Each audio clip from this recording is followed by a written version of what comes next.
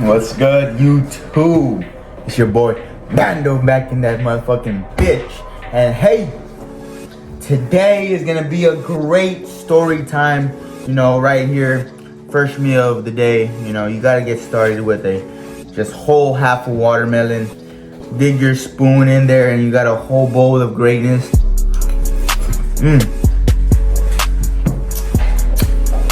Don't question the cowboy hat. All right.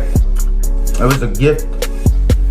And today's topic of the day, man, story time today. Relationships. They always ask me, and they always wonder why I might not be in a relationship. And truth is, you know, I've only been in two. You know, and in the two that I was in, they were the most greatest toxic relationships I could have ever been in, right? But there's ways to learn in everything and anything you do in this world. So, you know, we're gonna start off with the first one, man. I was with this girl for 2.5 years.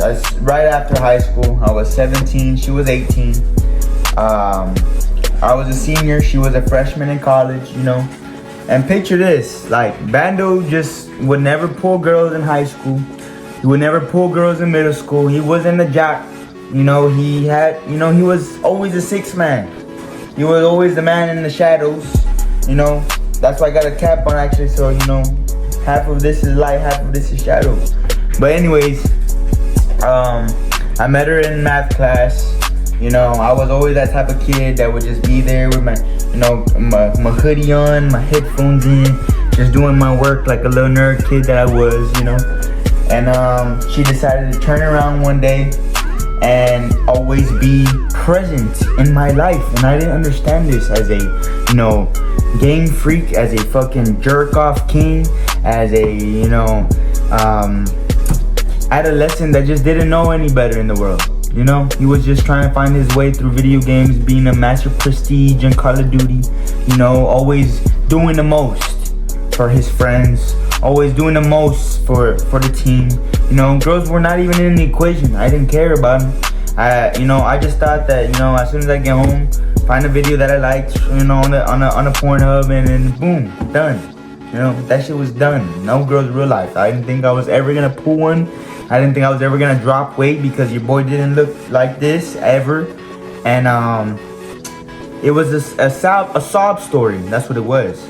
Until she turned around and she was always there. She said, "Hey Diego, what are you doing after school? Hey Diego, you know, let's go here." She worked at Whataburger. So and I had a whip by then. I had my, you know, my Mustang and everything. So I would always go right after school straight over there, visit her on her lunch break. On her off days, I would go pick her up, would go places, you know. And then, this is where she told me this one specific line one day. And it ripped my innocence away. This is what she said. She said, "Diego, we went to a spot one time, and it was just a dirt road in Westaco. If you know that dirt road that, you know, people just be on, you know what I'm talking about. If you know, you know. If you don't, you don't. But it's a long dirt road. She takes me at nighttime. It's 9 o'clock. You know, we get there. We're looking at the stars. It's real peaceful, real quiet. She's like, "Diego," she's like, "Why are you so innocent?" And I'm like, "You know, I'm just Diego. Like, that's just how I work. I'm just, you know, a young kid. Just, I don't really have no demonic, you know, fuck thoughts that she wants me to have, because, you know, I'm new to this. I'm not true to this, you know." And she says, "You know, why are you so innocent?" And I'm like, "I don't know, damn near." She's like, "You don't know what I'm talking about, right?" And I'm like, "I don't, you know." So she's like, "You know what, let's go to the back seat." And I'm like, so we go to the back seat. She just, my angel's coming out. You know, what the hell's going on? I don't know. I'm a young adolescent that knows nothing, you know. So by the time you know it, I am addicted. I am just craving just rounds on rounds on rounds on rounds that I was beating that shit every fucking hour of the day probably.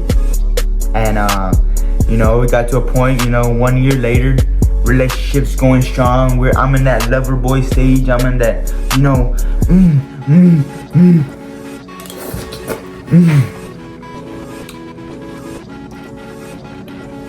Year goes by. We're on year 2 now, going on year 2. Love letters, maybe for the first 3 months. Roses, you know. At that time, her parents kicked her out of her house. We went to go live in my grandma's house. I was willing to move out of here because I was like, you know what? I'm gonna do this for you because I love you. I care for you and I'll do anything. Go to my grandma's house, and my grandma was alone, so in my head I was like, she got the extra room. And so we go, you know, but at the same time I was helping out my grandma. She's an elderly lady. I respected her all the time. I would do everything for her also. And my girlfriend at the time loved her too. We both loved her and we tried to do the most to always help her out and everything, but we had that extra room to stay in, so we'd stay there all the time, you know, watch movies, cuddle, you know, do all those fucking lover boy fucking actions, okay? So after, you know, the years already going past, like 6 months, 7 months, things start colliding. And I'm not new to this. I'm not true to this, so everything's fresh, right? We start clashing, we start being toxic. First of all, it all started with what? We started smoking together, we started drinking together. And things, you know, that the devil wants in a relationship started ripping us apart. You know, we would start fucking fighting. We would argue so much that my grandma couldn't take any of that heat no more. We had, you know, neighbors calling, saying that we're fighting outside, you know, things are being thrown inside the house, and it was just corrupt. It was nothing that was a good part of my life, but a learning lesson, to be honest. And well, you know, we came to a day where we were like, you know what, like, this can't go on no more. Like, we gotta make it, you know, we gotta split this already. And so we did. And but you know, the next day we talked it out. We said, you know what, like, let's make this work. We were not in love. I mean, I was. I don't know if she was, but I just felt like, now that I reflect on it, we were just so attached to each other because it was every day of those, you know, a year, 6 months, 7 months that we were with each other. 365 days plus. I don't even know how many hours that shit accumulates to, but every time we were together, we couldn't be separated. We were Bonnie and Clyde, okay? Woody and his fucking girlfriend, alright? We were just ties. And well, eventually my grandma ended up kicking us out. And what was the next solution? We were asking each other, fuck, what do we do now? You know, both our parents don't want us home. What do we do? So her grandma had a house, but her grandma was living with her mom, so the house was abandoned. So in my head, you know, I put up a scheme, a plot, and I said, you know what? We could actually, you know, fucking make something happen to where we can get your grandma's house to be running up again. Because there was electricity. The mom was just paying for that one bill so that way they could keep the house. So we went over there without telling the mom or nothing. We just, you know, got there one day. There's no water, there's no light, but there's light, there's electricity, there's no water, there's no air conditioning, there's no nothing. It's just an abandoned house with light. So we get there, we sit, there's one mattress, bro, like literally living dirt poor. There's no water, you can't take a shit, you can't shower, you can't, nothing. But since she worked at Whataburger, she was so cool with the managers in the city that, you know, it was so close by, we would go to Whataburger to shit and piss. And for showering, we would get gallons of water, bro, and pour it over each other. You know, talk about some struggle. Pour it over each other while we got to scrub and we had a soap and we're like, you know, cleaning each other up. If you don't tell me that that's real love, then I don't know what else is. Because if she ever watches this, she'll know what I'm talking about. But yeah, so we fucking got the house running up, beautiful. Put a basketball, put furniture in there. Put my fucking whole weight room in the backyard. I started cutting the grass. I started, planting fucking flowers, making a dead dirt fucking poor ass house turn into something beautiful, making something out of nothing, because that's what I'm great at, and no one can tell me otherwise. Okay. Anyways, once the fucking house was beautiful, after another year, at the end of the year, it's already like 2 years. We're about to go on 3. We get comfortable. We start clashing again. We start arguing again. Drugs get involved. Alcohol gets involved. Bad health, bad food starts getting involved. And it got to a point where I couldn't take none of this heat no more. I had to get out. Got out, and that was that. That relationship impacted me pretty deep, that I couldn't be around girls no more. I couldn't do with them no more for like a good 2 years.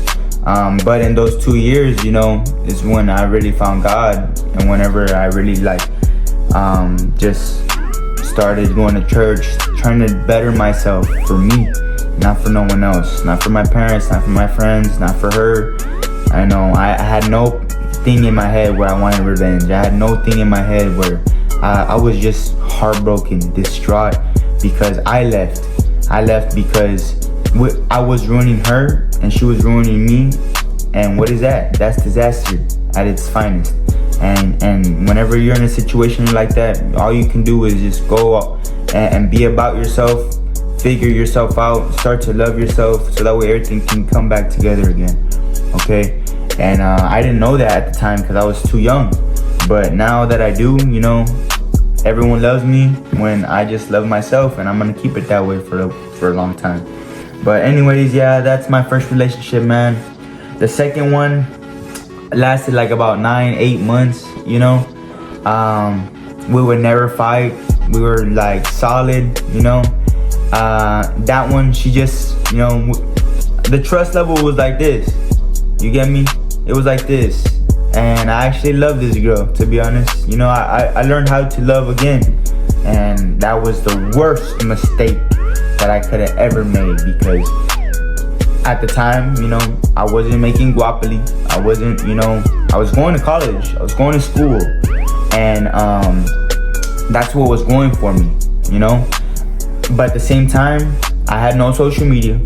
I had no Snap. I had no YouTube. I had no nothing.